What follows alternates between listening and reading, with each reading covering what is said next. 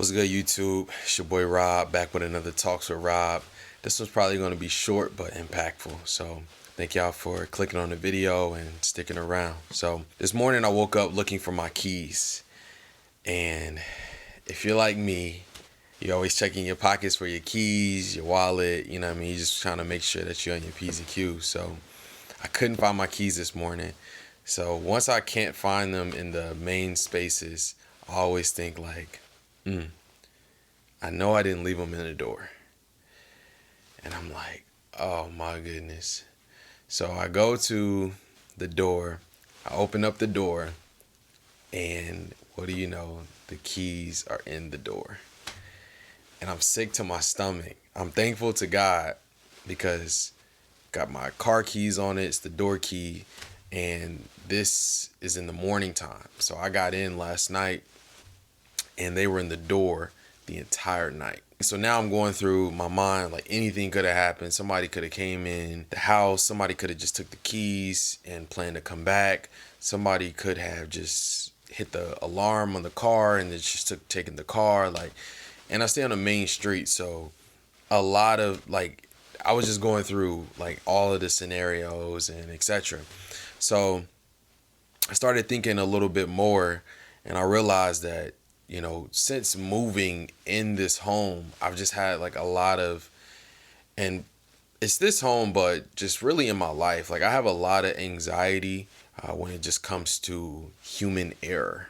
I try not to have a lot of human error when it just comes to being on the road and making sure that I'm not crossing over into the other lane, making sure that my locks I triple check my locks. When my wife locks the door, I always ask her, did you double check? Did you triple check? And I noticed that I was building up a lot of anxiety. I realized that I was living a very anxious life. And it's very subtle. It's subtle thoughts, but it was starting to build up. And I kind of caught myself. I realized that I was really trying to live a life with as minimal human error as possible. So I would overthink a lot of just the day-to-day tasks. As I went deeper in my thought, I realized that I was just living in a life of fear.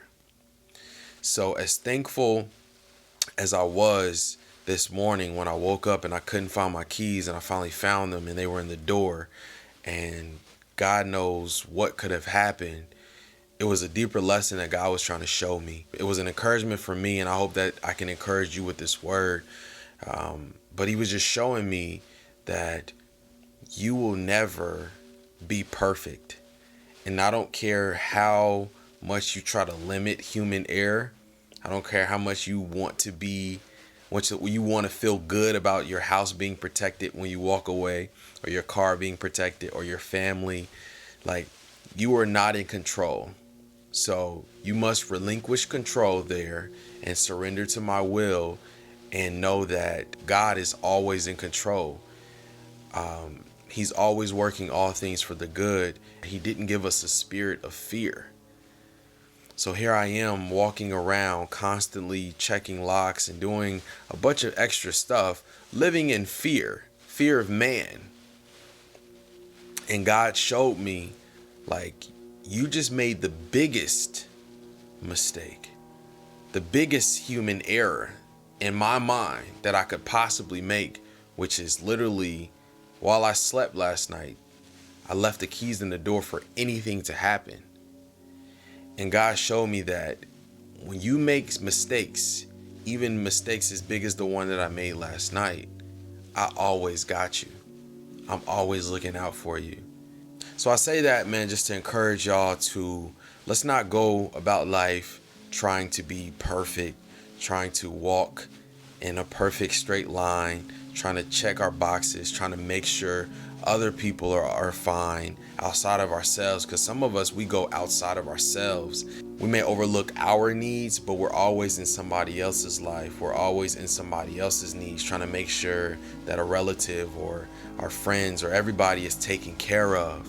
And we're always trying to control the narrative, control the situation, trying to control life, ultimately playing God. And we just cause ourselves so much heartache. We cause ourselves so much anxiety, which leads to depression, and just we really can drive ourselves down into the ground.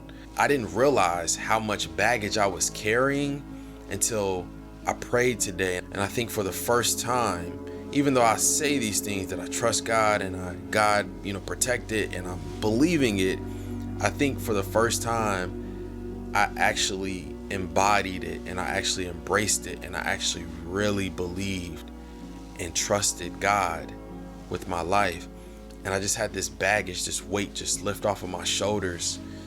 And at that moment, I knew that, wow, okay, I've been these last few months since moving into the house, even just this last year, I have really been focusing on being a perfect person, limiting human error, making sure that I'm doing everything, trying to do everything perfect. And there's nothing wrong with striving for excellence, being a responsible person, making sure that you are dotting your I's and crossing your T's. When you're going overboard, now you're leaving a state of responsibility and you're crossing over to fear, anxiety. And that's when you start to drive yourself down into the ground.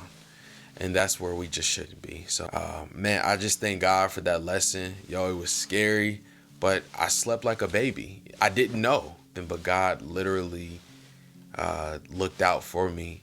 And it was something that I check and I'm on top of, and I think that I got in control. He literally used that to say, yo, you're going to make mistakes. And here you just made a really big mistake, but I protected you all night. I kept you safe. I watched the car like you were fine, and I'm always going to have you.